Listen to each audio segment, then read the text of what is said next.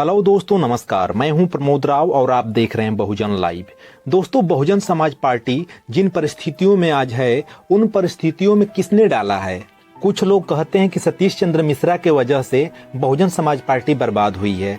कुछ लोग चंद्रशेखर जी को जिम्मेदार बनाते हैं। जब से इन्होंने भीम आर्मी की स्थापना की, उसके बाद इस देश के युवा वोटर को, जो दलित समुदाय के लोग थे, उनको तोड़ करके बहुजन समाज पार्टी को बर्बाद कर दिए।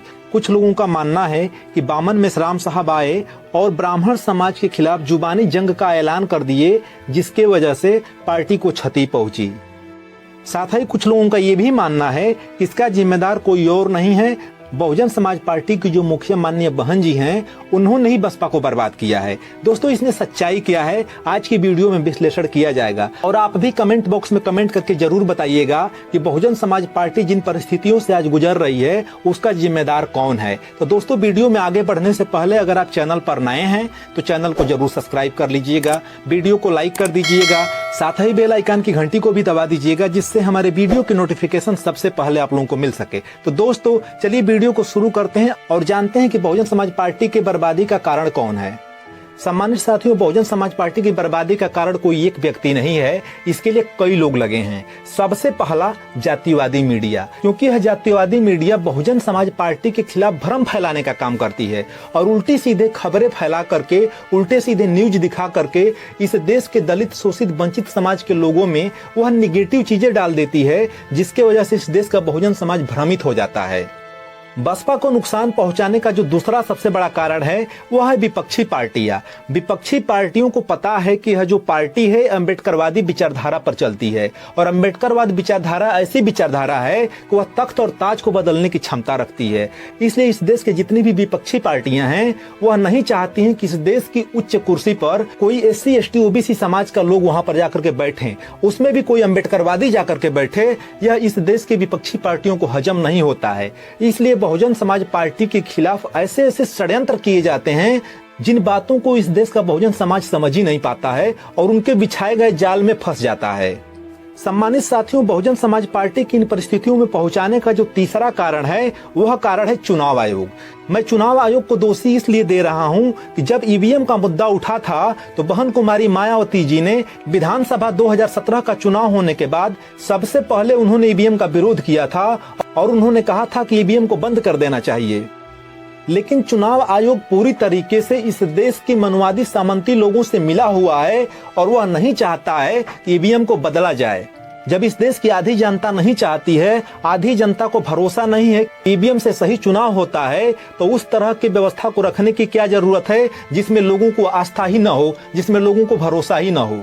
दोस्तों, बहुजन समाज पार्टी को जो क्षति हुई है, जो उसका चौथा कारण है, वह कारण बहुत ही इम्पोर्टेंट है। इसका सबसे बड़ा जिम्मेदार बहुजन समाज के लोग खुद हैं। मैं यह बात इतने भरोसे के साथ इसलिए कह सकता हूँ, बहुजन समाज पार्टी एक अम्बेडकरवादी विचारधारा की पार्टी है, वह मनुवाद का समर्थन नहीं करती है। बहन जी 365 दिनों में से 364 दिन बाबा साहब अम्बेडकर को फूल अर्पित करती हैं और एक दिन किसी मंदिर चली जाएंगी तो इस देश का बहुजन समाज के लोग ही बहन जी का विरोध करना शुरू कर देंगे। वैसे तो आज तक ऐसा नहीं हुआ है, बहन जी आज तक किसी भी मंदिर नहीं गई, चाहे वो मुख्यमंत्री रही हो या नहीं रही हो। उन्होंने अपनी विचारधारा से कभी भी समझौता नहीं किया। वहीं पे जितने भी विपक्षी दल के नेता हैं, चाहे वह कांग्रेस पार्टी के नेता हों, चाहे भारतीय जनता पार्टी के नेता हों, चाहे समाजवादी पार्टी के अखिलेश यादव जी हों, ये सभी नेता, इसमें से कोई भी अम्बेडकरवादी नहीं है। ये सभी लोग 364 दिन मंदिरों के चक्कर लगाते हैं और एक दिन बाबा साहब अम्बेडकर की फोटो पर माला चढ़ा देते हैं तो ये लोग अम्बेडकरवादी हो जाते हैं। रहा सवाल सतीश चंद्र मिश्रा जी का, तो सतीश चंद्र मिश्रा ब्राह्मण समुदाय से हैं, जिसको लेकर के इस देश के दलित बहुजन समाज के लोग बहुजन समाज पार्टी से सबसे ज्यादा नाराज होते हैं। लेकिन बात यह है कि अगर बहुजन समाज पार्टी में ब्राह्मण है तो पूरे भारत में कोई एक ऐसी पार्टी बता दीजिए जिस पार्टी में ब्राह्मण समुदाय के लोग न हों। भाजपा, सपा और कांग्रेस पार्टी में दलित समुदाय के लोग, बहुजन समाज के लोग जा करके राजनीति करते हैं, लेकिन सवर्ण समाज के लोग उनका विरोध नहीं करते हैं।